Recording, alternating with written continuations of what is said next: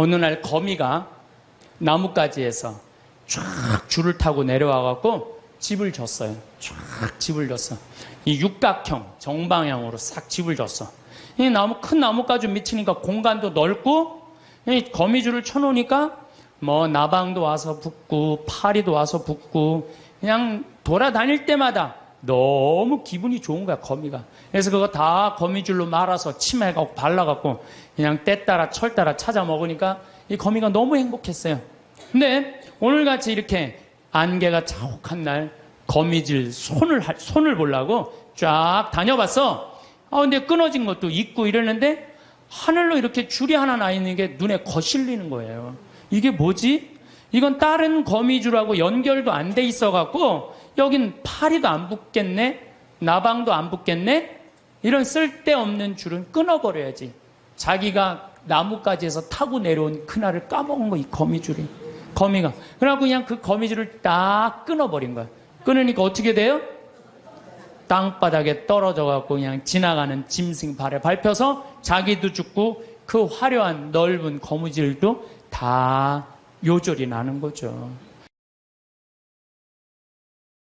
오늘은 하늘나라 여건이라는 주제로 강의를 하도록 하겠습니다. 여러분들 여행 많이 다녀보셨죠?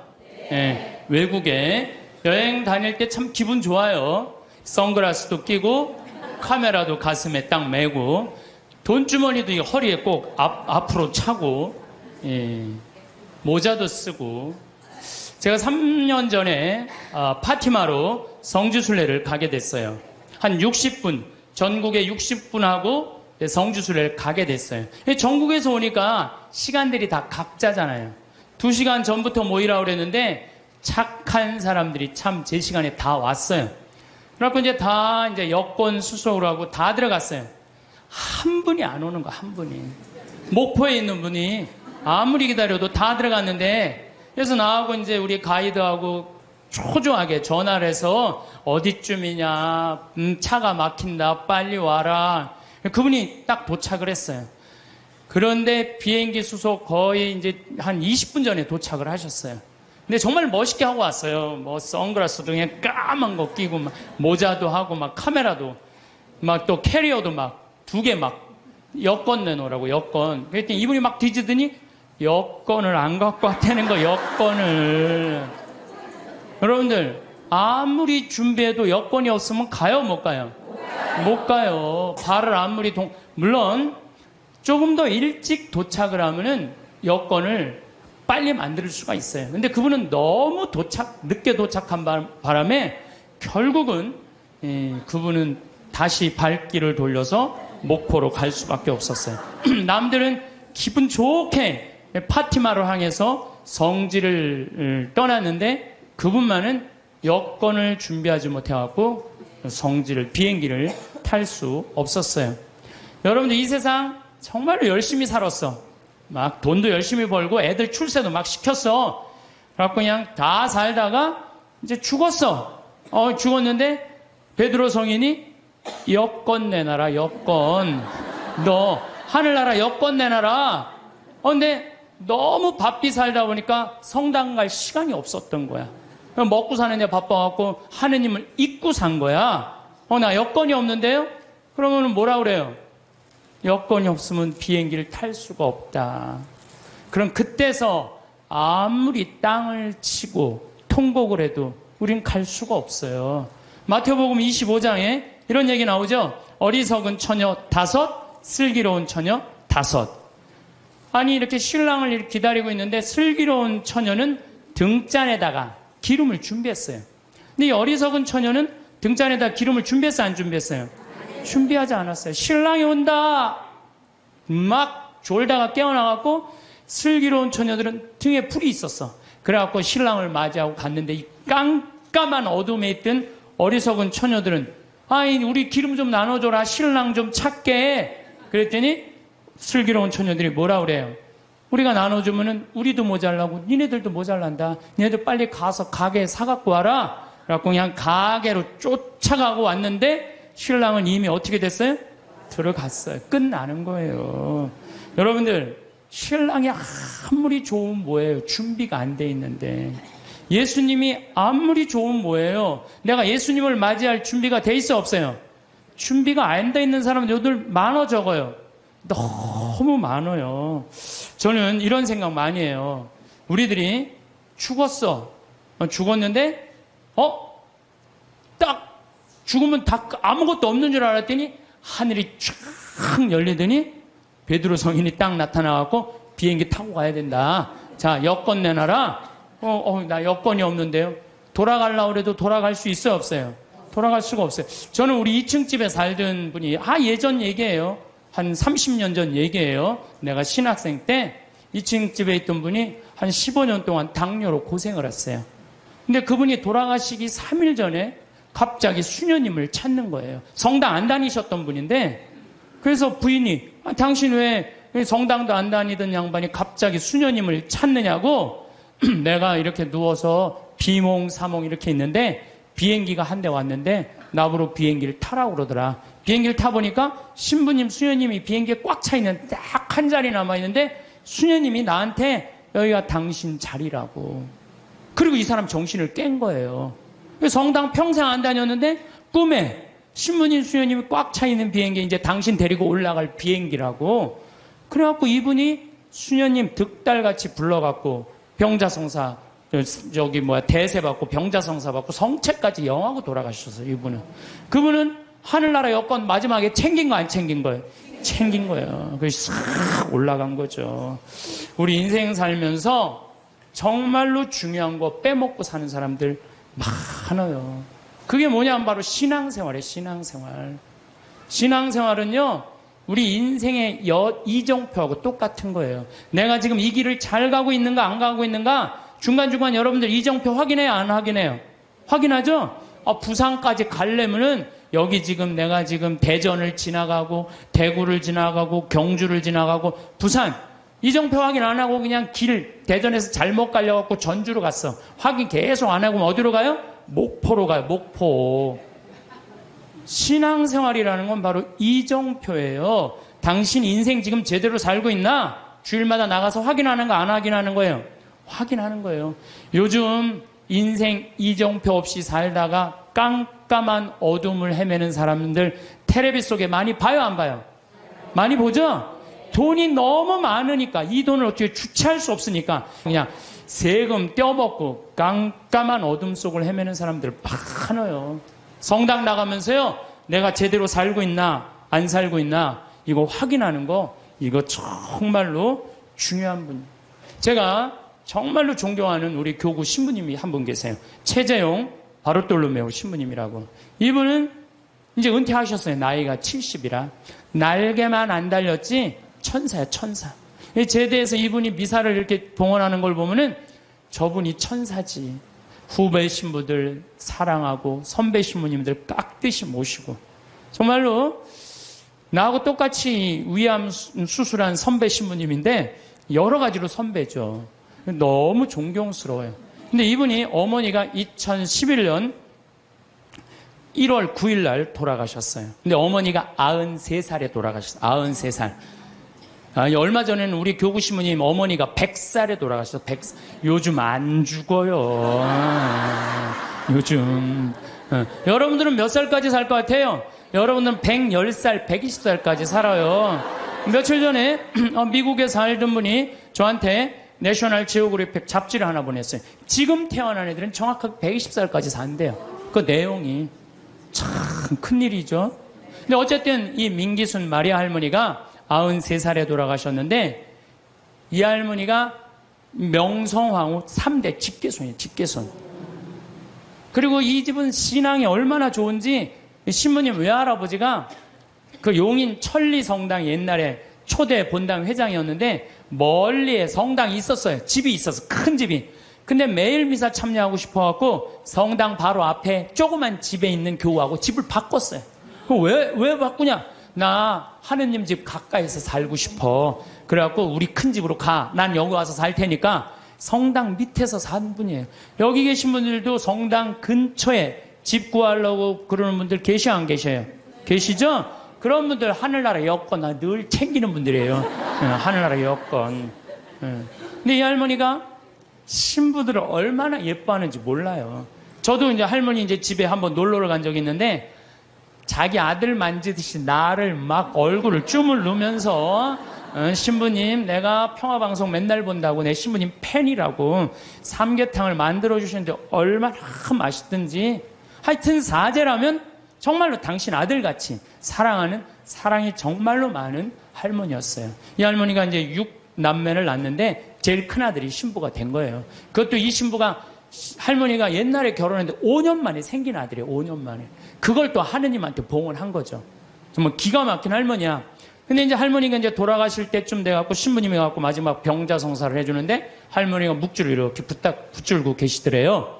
근데 아들이 이제 가니까 할머니가 마지막 눈을 싱겁게 뜨면서 아들을 보면서 어떻게 돌아가셨는지 알아요?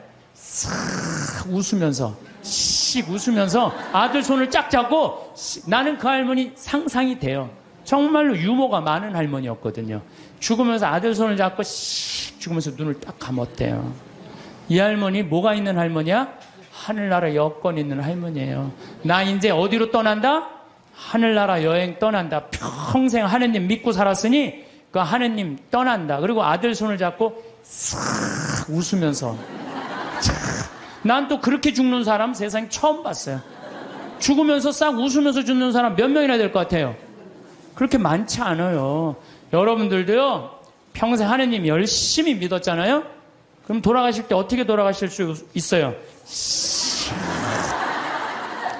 어떻게? 나 이제 못 탄다? 하늘나라 비행기 탄다. 싹 웃으면서 돌아가실 수 있어요. 저는 그게 참 저한테 굉장히 묵상거리예요. 하늘나라 여권 있는 사람들은요 죽는 게 하나도 안 무서워요. 이제 비행기만 타면 어디로 가? 하늘나라 올라가는 거야. 근데 뭐가 무서울 게 있다고 안 죽으려고 빠둥빠둥거리고 그래요. 나 조금 있으면 이제 하늘나라 타고 올라가는 건데. 여러분들 어느 날 거미가 나뭇가지에서 쫙 줄을 타고 내려와갖고 집을 졌어요. 쫙 집을 졌어. 이 육각형 정방향으로 싹 집을 졌어.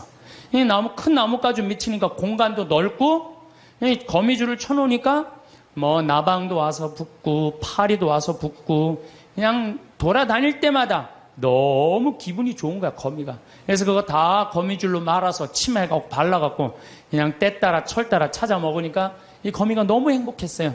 근데 오늘같이 이렇게 안개가 자욱한 날 거미줄 손을 보려고 쫙 다녀봤어. 근데 끊어진 것도 있고 이러는데 하늘로 이렇게 줄이 하나 나 있는 게 눈에 거슬리는 거예요. 이게 뭐지? 이건 다른 거미줄하고 연결도 안 돼 있어갖고 여긴 파리도 안 붙겠네? 나방도 안 붙겠네? 이런 쓸데없는 줄은 끊어버려야지. 자기가 나뭇가지에서 타고 내려온 그날을 까먹은 거, 이 거미줄이. 거미가. 그래갖고 그냥 그 거미줄을 딱 끊어버린 거야. 끊으니까 어떻게 돼요? 땅바닥에 떨어져갖고 그냥 지나가는 짐승 발에 밟혀서 자기도 죽고 그 화려한 넓은 거미줄도 다 요절이 나는 거죠. 여기 계신 저나 여러분들 누구 타고 내려왔어? 하느님 타고 내려온 거예요. 그래갖고 처음에 성당 다닐 때는 모든 게 다 하느님이 은총인 것 같아. 그래갖고 하느님한테 감사도 드리고 매일 미사 참여도 하고 주일 미사도 가고 막 돈도 또 너무 잘 벌려. 성당 나가다 보니까 하느님 축복 받아갖고. 근데 벌려도 너무 많이 벌리면 문제가 돼요. 왜? 주일날도 아까우네. 내가 이거 주일날 가게 문 안 닫고 나가면 돈 더 벌 수 있을 텐데. 돈에 살살 눈이 멀으면 어떻게 돼요? 헌금 내는 것도 아까운 거야. 주일에 헌금 내는 것도 아까운 거야. 요즘 신천지에서 이제 천주교 교우들 그만 포섭하라고 명령 떨어졌다고 그러더라고요. 여러분들 그거 알아요? 몰라요? 신천지에서 천주교 신자들 많이 포섭해 갔는데 아이 헌금을 1,000원밖에 안 낸대잖아요. 그래갖고 신천지에서 명령을 내렸대. 이제 천주교 신자 포섭하지 말아라. 그래서 이제 뭐 신천지 때문에 스트레스 받을 거 하나도 없어요. 예. 헌금 내는 것도 아깝고 교무금 내는 것도 아까운 거야. 11조 내는 것도. 더욱이 내가 돈이 많으니까 성당 질 때마다 회장들이 와서 더 내라고 그러네. 신부님도 날 보면 더 내라고. 그냥 점점 성당이 부담스러운 거, 내 돈 뺏기는 것 같은 게. 그래서 점점 성당을 나가기 싫어. 근데 새로 본당 신부님이 오셨는데 마음에 안 들어도 너무 마음에 안 드는 신부님이 온 거야. 강론도 정치 얘기만 하고 사회 얘기만 하고 마음에 안 드는 거야. 냉담 핑계로 최고로 좋은 핑계가 뭐예요? 본당 신부예요. 나 본당 신부가 마음에 안 들어서 성당 안 나간다. 여러분들 본당 신부가 여러분들 하느님하고 인연 끊는데 그게 이유가 된다는 건 말이 안 돼요. 본당 신부가 마음에 안 들면 보좌 신부 미사에 나가면 되잖아요. 그렇잖아요. 아니 보좌 신부도 마음에 안 들면 옆 성당 나가면, 요즘 성당이 얼마나 많아요. 조금만 가 옆 성당인데 그게 뭐가 이유가 돼요. 아니 그 옆 성당도 마음에 안 들면 명동 성당에 가면 명동 성당에. 그건 다 냉담의 핑계예요. 성당이 어둡다, 뭐 강론이 길다, 다 냉담의 핑계야. 그래갖고 딱 줄을 끊어버렸어.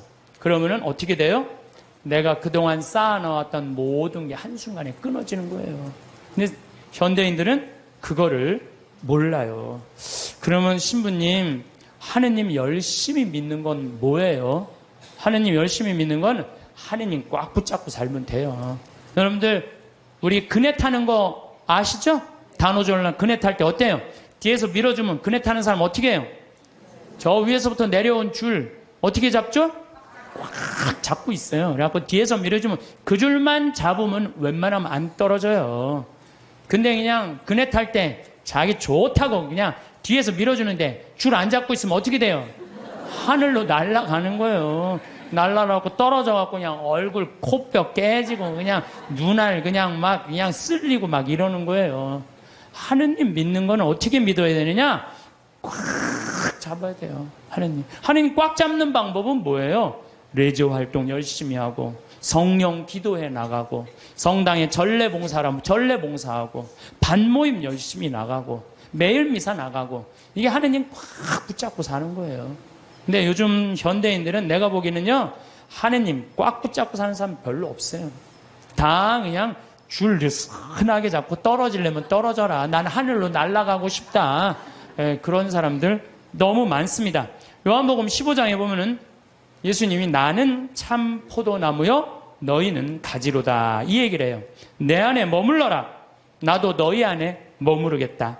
가지가 포도나무에 붙어 있지 않으면 스스로 열매를 맺을 수 없는 것처럼 너희도 내 안에 머무르지 않으면 열매를 맺지 못한다. 너희는 나 없이 아무것도 하지 못한다. 우린 누구 옆에 꽉 붙잡고 살아야 돼? 예수님 꽉 붙잡고 살아야 돼요. 그냥 예수님이 주일날 나가는 거 귀찮다고 본당 신부 강론이 마음에 안 든다고 줄 놔버리면은 우리는 그냥 끝나는 거예요. 제가 얼마 전에 세례받고 신학교 가고 그 다음에 거기서 신부된 수원교구 조원동 주교자 성당에 강의를 가게 됐어요. 근데 보통 출신 성당에 강의 잘 안 가요. 왜? 어렸을 때 나 코 올리고 맨날 나 사고 치고 다녔던 거 다 본 분들이 그냥 다 아직도 있는데 그 성당에 왜 가요? 동창 신부들도 그러더라고요. 야, 너 그 출신 성당에 가서 강론하는 거 아니야. 예수님도 예언자 고향에서 존경받지 못했다는데 네가 뭐라고 그냥 거기 출신 본당에 가서 강의하느냐? 그리고 내가 한마디 했어요. 나는 걱정 하나도 없다. 나는 예언자가 아니다. 예수님은 예언자시지만 나는 그냥 일갓 하나의 그냥 신부다, 신부. 이제 강의를 갔어요. 강의를 갔는데 정말로 30년 전에 본 사람이 그대로 다 있는 거예요. 하나도 안 죽고 다.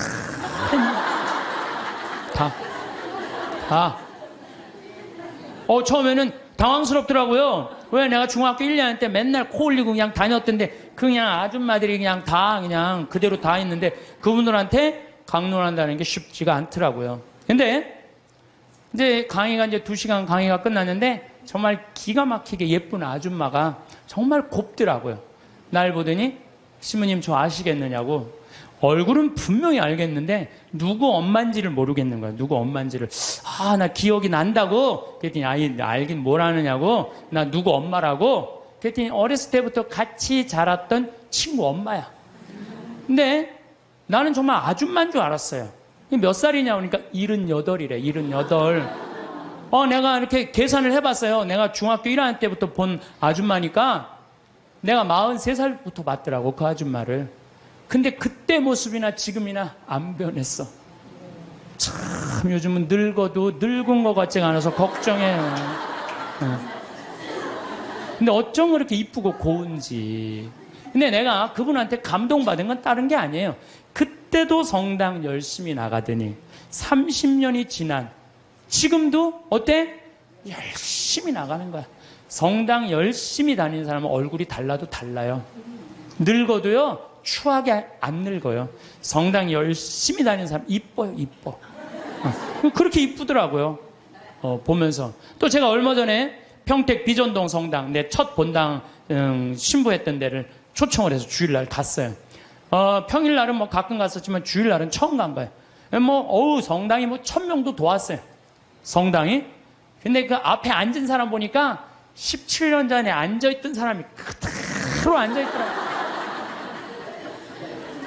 이게 무슨 얘기냐면은 하느님 믿는 거는 변함이 없어야 돼요.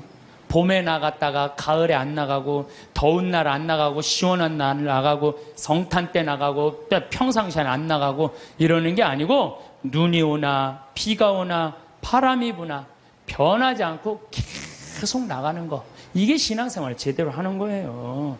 그래서 저는 여러분들 신앙생활 앞으로도 변함없이 어떤 풍파가 닥쳐와도 변함없이 성당 나가길 바라요. 하느님 어떻게? 하느님 꽉 붙잡고 사는 사람 죽을 때 어떻게 죽을 수 있어?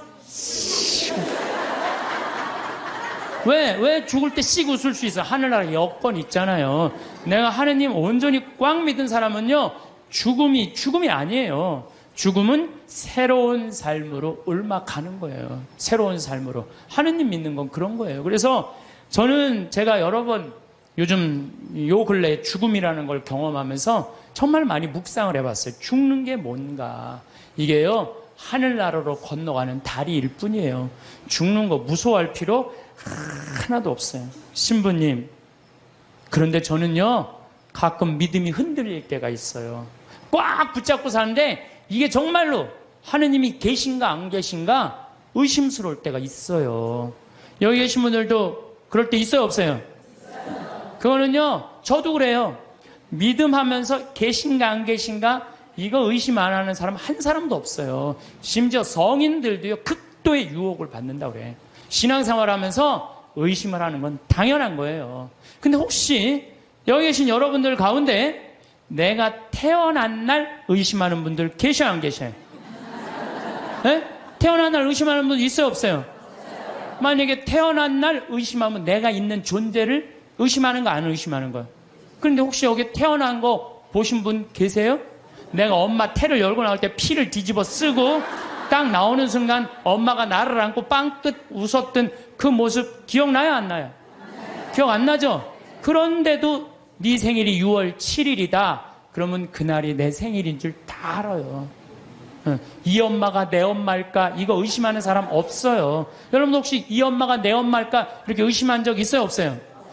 요즘은 하도 텔레비에서 엄마가 많이 바뀌는 드라마가 많이 나와갖고 텔레비가 사람 망쳐놓는다니까. 그건 극히 드문 거고요. 다 여러분들 엄마가 배 아파서 다 난 거예요. 근데 여러분들 생일상 받은 날 맨날 엄마 나 난 거 맞아? 이놈 새끼야, 내가 너 배 아파서 났어. 너 내가 너 난 거 믿어. 근데 내가 본 적이 없어서 난 믿음이 안 생기는데. 생일 받아 먹을 때마다 엄마 나 난 거 맞아? 그럼 엄마한테 두들겨 맞아, 안 맞아요? 두들겨 맞아요. 평생 저 엄마가 내 엄마일까 의심하는 사람은요, 엄마하고 깊은 사랑을 나눌 수가 없어요. 신앙도 똑같아요. 하느님이 나 빚어 만드는 거 나 본 적 없어. 그래도 내가 너를 빚어 만들었다. 하느님이 그렇게 말했으면 믿어야 돼, 안 믿어야 돼? 믿어야 돼요. 근데 그냥 맨 하느님 미사 할 때마다 하느님 계신 거 맞아? 맞아? 맞아? 이러면 하느님한테 두들겨 맞아? 안 두들겨 맞아요?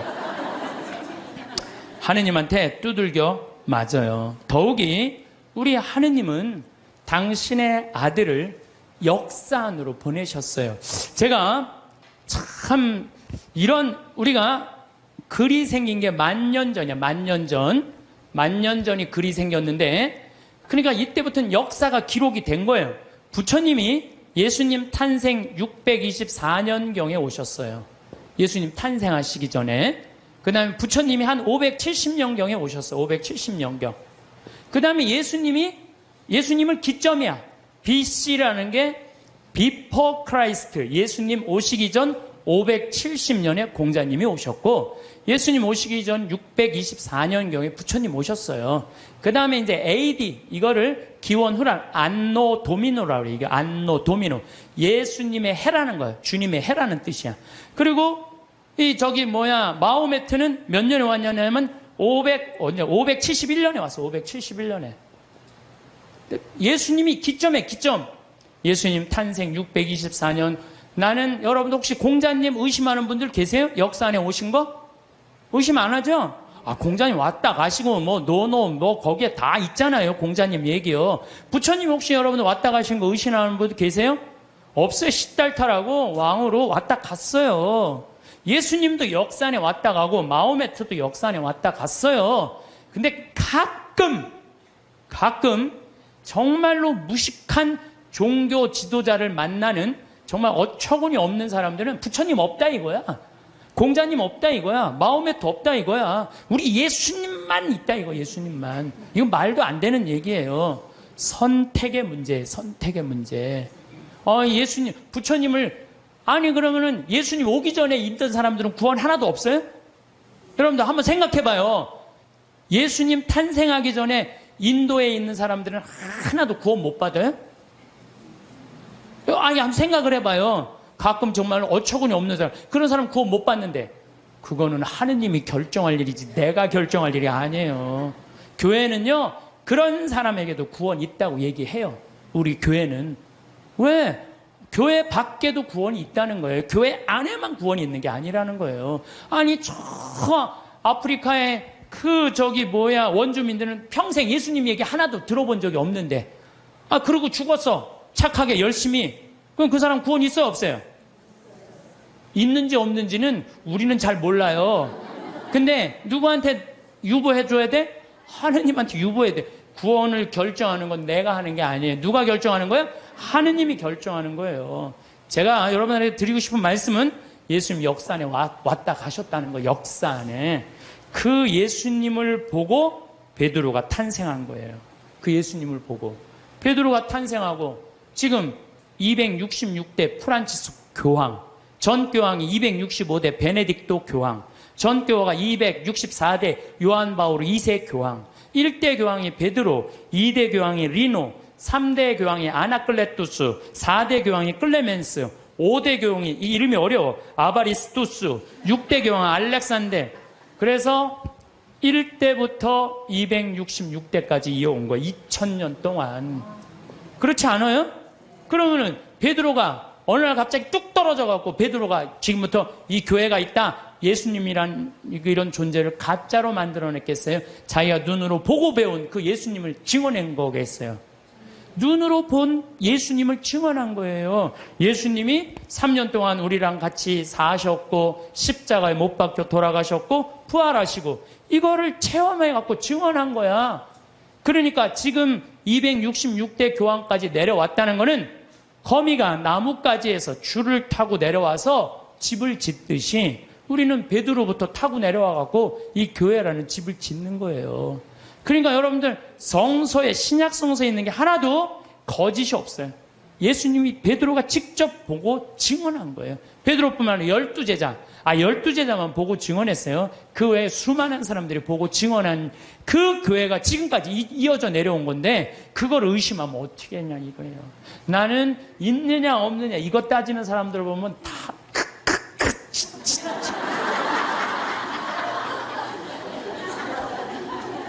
가슴이 답답해요. 어떻게 그렇게 의심이 많아요? 하느님은 우리를 지어내신 주물주시고 창조주셔요. 그냥 꽉 붙잡고 살면 돼요. 내가 태어난 날 본 사람 없어. 네 생일이 6월 7일이다. 내 생일이 6월 7일이에요. 내 생일이. 그래서 6월 7일이다. 6월 7일인지 믿는 거예요. 정화상 성인은 감옥에서 쓴 책 상대상서에서 이런 글을 써요. 사람이 한 편의 걸작이나 한 편의 명화를 보면 존경하고 예찬하듯이 우주 만물에 한없이 많고 아름다움도 하나의 걸작이고 명화일진데 드물게도 그것을 만든 이가 누구인지를 묻지 않으면 어떤 이유인지 모르겠습니다. 우리가 모나리자, 레오나르도 다빈치가 그렸다 그러면 레오나르도 다빈치가 그린 줄 아는 거예요. 경복궁 이거 진 사람 있다 그러면 경복궁 진 사람 있는 거예요. 이 우주 만물, 얼마나 저 산은 얼마나 아름다워요. 아름답죠? 저 물 한 개 피는 거 봐요. 구름 얼마나 아름다워요. 저 아름다운 걸 보면서 이 우주 만물의 지은이가 누구인지를 묻지 않으면 얼마나 답답하냐 이거예요. 그래서 여러분들 이 우주 만물을 만드는 창조주가 있다는 거예요. 그게 바로 하느님이라는 거예요. 심지어 칸트라는 철학자는 참 재미난 얘기를 했어요. 그 사람이 순수이성 비판, 실천이성 비판, 판단력 비판 그런 철학 이렇게 두꺼운 걸 썼어요. 근데 그 내용 중에 하나가 절대 도덕 명령이라는 걸 해요. 사람은 무조건 착한 일을 해야 된다. 이걸 자기 철학 논리에 주장을 해요. 그런데 가만히 보니까 정말로 착하게 사는데 이용만 당하고 괴로운 사람 있어요, 없어요? 있죠? 여러분들 살다 보면 정말 착한데 이용만 당하고 사기당하고 그냥 고통스럽게 사는 사람이 있어. 그 사람한테 그래 너 그래도 착하게 살아 착하게 살아 착하게 살아 나 이렇게 착하게 살아 괴롭기만 한데 근데 또 한편 정말로 나쁜 짓만 골라 사는 사람들이 있어요. 그런데 보면은 아주 떵떵거리고 잘 살아. 저 사람은 나쁜 짓 하는데 저렇게 떵떵거리고 잘 사는데 난 착한데 이렇게 괴롭게 살아. 너 그래도 계속 착한 일 하라고 얘기할 수 있어? 이제 칸트가 가만히 있어봐. 그러면 안 되지. 그럼 안 되겠다 야. 착한 일을 하면서 끝까지 착하게 산 사람은 마지막 날 하느님이 거기에 대한 보상을 다 해준다. 악한 일을 한 사람은 마지막에 악한 대가를 다 치르게 한다. 그래서 실천이성 비판이라는 데선 그 하느님이 좀 있어줘야 되겠다. 양심의 기준을 세우기 위해서. 그래갖고 그 사람이 마지막에는 하느님의 신의 존재가 있어야 되겠다 그래요. 뭘 그걸 그렇게 어렵게 설명을 해. 우리 4대 교리에 있는데 상, 선, 벌, 악. 착한 일을 한 사람은 상을 받고 악한 일에서 벌 받는 거. 마지막 날이요 착한 일을 한 사람은 거기에 합당한 보상을 하느님이 다 해주셔요. 근데 악한 일만 하고 나쁜 짓만 골라서 하고 요즘 텔레비 보면요 정말로 내가 보기에는 돈이 여러분 한 20억만 있으면 되지 않아요? 20억? 아유 시부님 20억이라도 2억이라도 있었으면 좋겠어요. 2억이라도.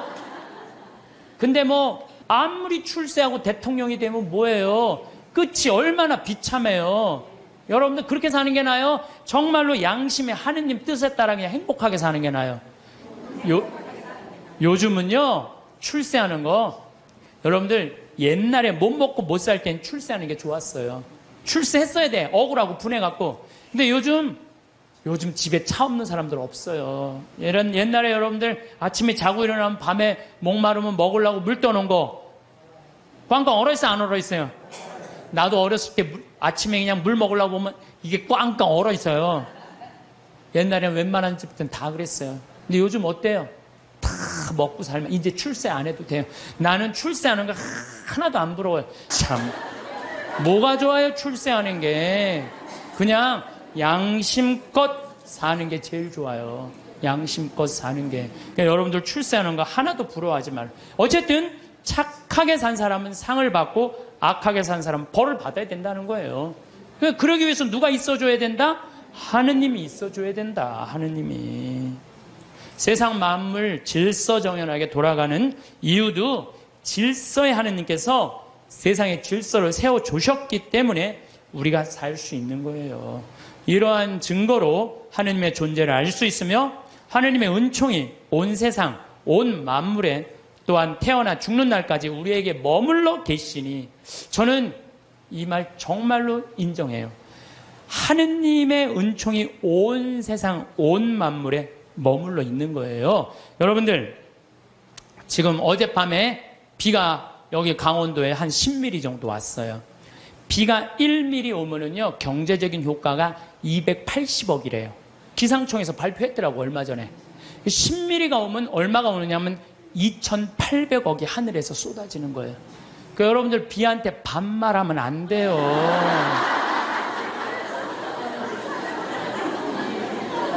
근데 우리는 얼마나 건방지냐 하면은, 비 왔네?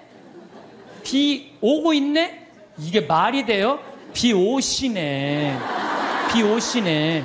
빗님 오셨네. 이래야지. 비 왔네가 뭐예요? 내가 우리 여기 지금 고추를 2만 포기를 심어놨어요. 3,000평에다가. 근데 10일 동안 빗님이 안 오셨어요. 그러면은 10일 정도 안 오면요, 말라요. 마르기 시작하면요, 고추가 마르는 게 아니라 내가 입이 바짝 내가 말라요. 감자, 옥수수 지금 3,000평, 5,000평 다 심어놨어요. 근데 어젯밤에 이렇게 누워서 자는데 빗님 오는 소리가 들리더라고요. 난 미소가 싹 젖이는 거예요. 하느님 감사합니다. 우리 고추들이 싱싱하게 자랄 수 있도록 빗님을 내려주셔서 감사합니다. 사실은 저 빗님한테 존댓말 하는 사람만 물을 쓸 수 있어요. 막 반말하고 비 왔네. 아유 지겨워 짜증나. 빗님이 오시는 게 얼마나 중요한데 그걸 지겹다 그래요. 농민들한테는요 저게 생명이에요. 생명. 만약에 저걸 내가 한번 재작년인가 3년 전에 배추밭에 가을 마른 장마가 왔어요. 가을 동안 한 번도 빗님이 안 오셨어. 저 강물을 터서 하는데요. 그 전기, 노력, 돈이 얼마가 들어가는데요. 그걸 전국적으로 다 한다고 생각을 해봐요. 그러니까 1mm 오면요 280억 내려주시는 거 맞는 거예요. 그러니까 우리 빗님을 해도 어떻게? 빗님 오시네. 감사해야 돼요. 더욱이 우리 여기 지금 이 어두움을 밝히기 위해서 등을 켜놨잖아요. 이거 돈으로 하려면 지금 얼마예요? 우리 한 달에 전기세 500만 원 나가는데 이 큰 건물을 유지하려면은. 근데 낮에 태양이 비춰갖고 온 세상을 밝혀주잖아요. 그걸 전기로 쓰려고 생각을 해봐요. 돈이 얼마가 될 것 같아요? 빗님 공짜로 쓰지, 태양빛 공짜로 쓰지. 이걸 공짜로 쓰면서도 하느님의 이 은총을 저버리면 어떻게 하냐 이거예요. 지금 여러분들 더워갖고 저 에어컨 지금 틀어놨잖아요. 저 에어컨만 틀면 우리가 100만 원, 150만 원 전기 확 올라가요. 근데 저 우리 생태마을 앞에 나가면 느티나 바람이 싹 불으면 기분이 얼마나 좋아. 그 바람을 마저도 감사한 거예요. 그걸 에어컨 바람으로 만들어내려면 원자력 발전소 그냥 26개 다 가동해도 못해요. 우리는요 정말로 걸을 때나 눈을 뜰 때나 잠을 잘 때나 공기는 또 어때? 내가 또 이 스킨스쿠버 다이빙해요. 그 물속에 들어갈 때 30분 그 마시는 그 공기통 사는 게 3만 원이에요. 3만 원. 30분 마시는데 3만 원 들어요. 3만 원. 근데 여러분들은 지금 하루 종일 공짜로 얼마나 돼요? 이게 여러분들이 저 앰뷸런스에 실려갈 때 그 산소호흡기 되면 그건 더 비싸요. 36만 원인데 36만 원. 그러니까 그냥 하루 24시간 숨 공짜로 쉬면은 여러분들 거의 1,000만 원 280억 내려주시지 1,000만 원 공짜로 내려주시지. 그런데 이게 감사하지 않고 살면은 이게 어찌 된 일이냐 그 얘기예요. 하느님 은총 없이 되는 일 하나도 없어요. 하느님의 그 은혜를 저버릴 수 없음은 아들이 어버이 덕에 먹고 그 집에 살며 그 살림을 쓰면서 함부로 제가 잘난 체하며 부모를 무시하며 섬김과 근본을 갚는 뜻을 모르면 효도입니까? 불효입니까? 여러분들 태어나갖고 엄마 아버지 세간살이 써야 안 써요? 쓰죠? 엄마 아빠 밥솥 쓰고 엄마 아빠 방 쓰고 엄마 아빠 거실 쓰고 엄마 아빠 전기 다 쓰는 거 아니야? 전화기. 그런데 그 엄마 아빠한테 감사하지 않으면 효도냐 불효냐 이거예요. 그것처럼 우리는 하느님 세간살이 쓴다 이거예요. 나무, 저 빗님, 태양, 바람 다 하느님 세간살이야. 그걸 쓰면서 감사해야 된다 이거죠. 저는 여러분들도 다 하느님 은총 속에 살았지만 저는 특별히 하느님 사랑받고 산 신부예요. 제가 2010년 4월 6일 날 위암 수술했어요. 위를 3분의 1을 잘라냈어요. 위를 3분의 1을. 내가 그렇게 방송에 나가서 그렇게 위암 수술했다는데 말할 때마다 놀라는 거 보면 난 또 놀라요. 내가 전국적으로 이렇게 수술했다고 얘기해도.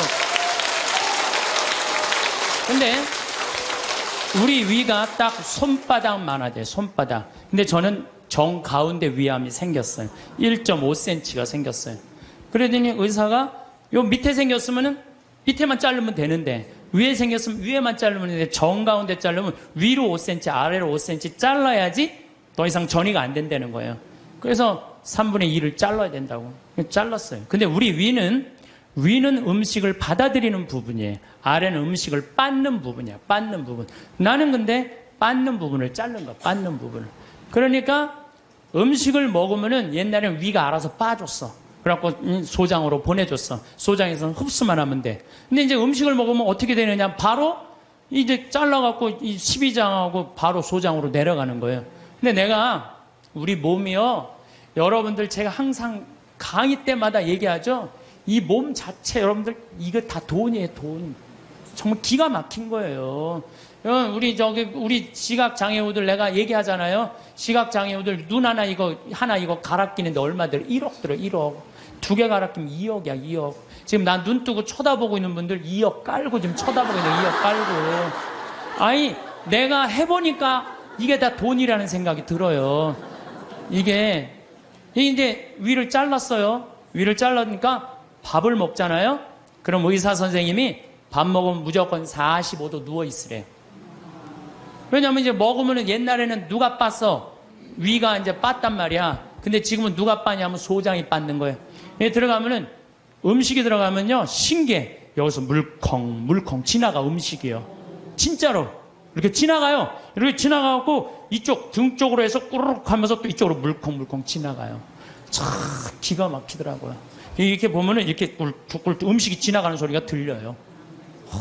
우리 몸이요 이게 다 기적이야, 기적. 그러니까 여러분들 심장 하나 갈아 낀데 5천, 간 갈아 낀데 7천, 심장 갈아 낀데 3천 드는 거예요. 그럼 이거 2억, 이거 1억 5천, 3억 5천. 내가 요즘 이가 안 좋아갖고 이거 갈아, 이거 이제 틀니 비슷한 거 끼고 있거든요. 의사한테 물어봤어요. 이거 임플란트로 다 갈으려면 얼마냐? 이가 28개래요. 그냥 신부님 싸게 해줘서 5천 해준대. 그러면은 이거 3억 5천, 이거 5천, 4억이야, 4억.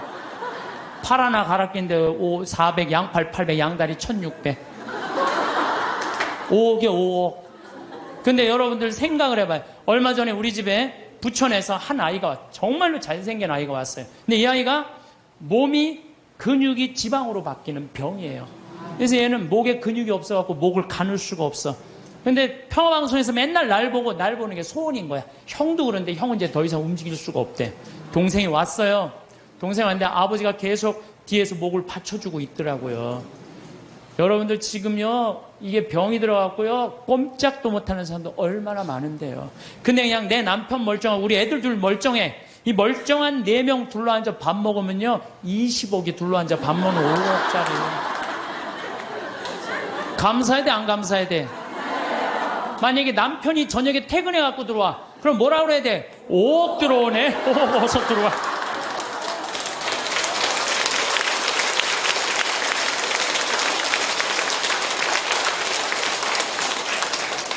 근데 제가 수술하고 20일 만에, 20일도 아니네, 14일 만에 우리 직원들이 수술하고 강의를 다 취소해놔야 되는데 딱 하나를 취소를 못한 거예요. 그래서 난 수술하자마자 2주일 만에 강의를 하루 종일, 그것도 2,000명 앞에서 강의를 했어요. 근데 이렇게 강의를 하고 밥 먹고 누워 있어야 되는데 밥 먹자마자 강의를 하면요 위가 그렇게 아픈 거예요. 꼬맨 데가 계속. 근데 2년 내내 아픈 거 2년 내내. 근데 작년 여기 온 우리 PD 선생님하고 같이 작년에 이스라엘에서 초청을 했어요. 이스라엘에서 초청을 해갖고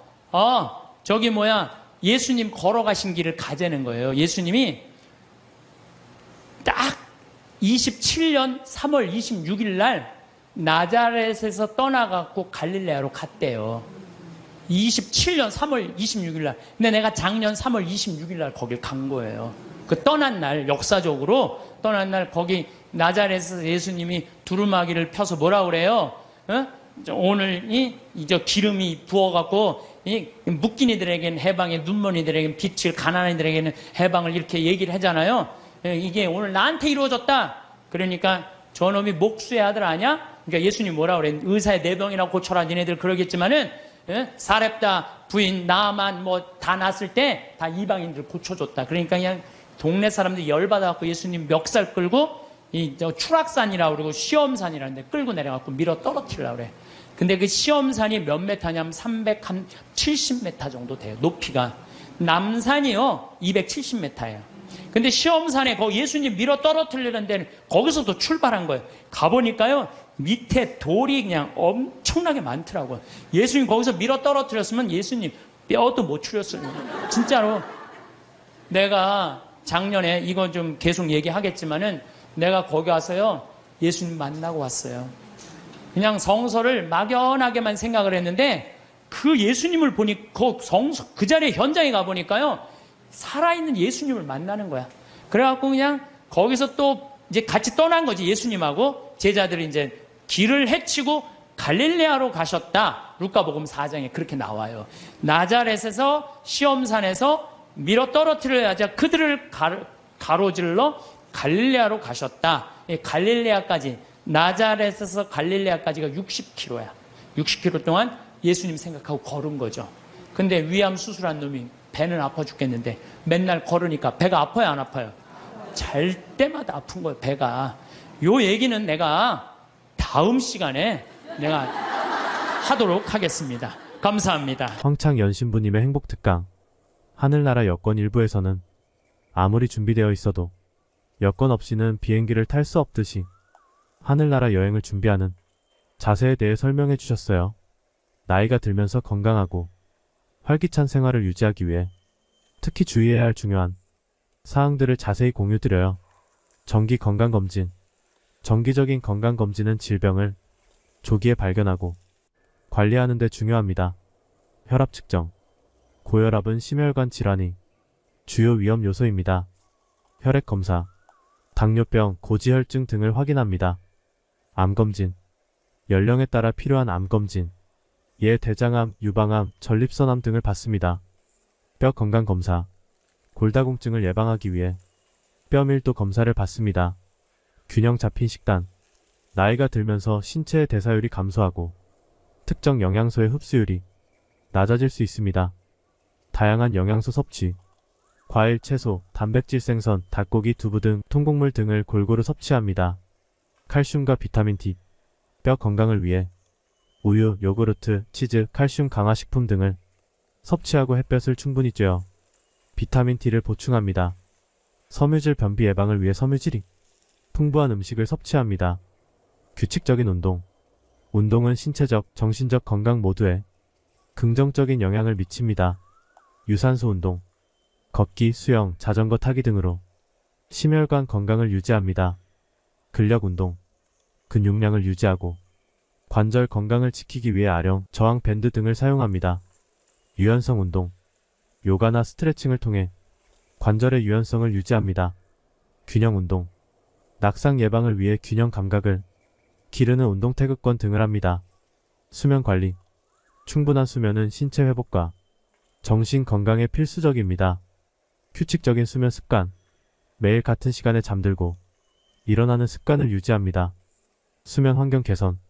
어둡고 조용하며 편안한 수면 환경을 조성합니다. 수면 위생. 카페인, 알코올 섭취를 줄이고 취침 전 전자기기 사용을 피합니다. 정신 건강. 정신적 안정을 유지하는 것은 전체적인 건강에 중요합니다. 스트레스 관리. 명상, 심호흡, 취미활동 등을 통해 스트레스를 관리합니다.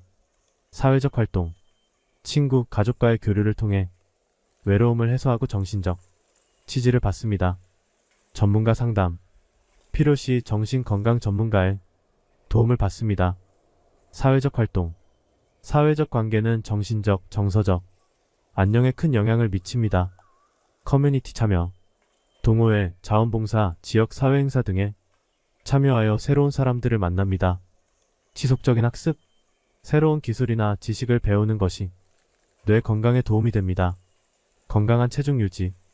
적절한 체중을 유지하는 것은 여러 건강 문제를 예방하는 데 중요합니다. 균형 잡힌 식사.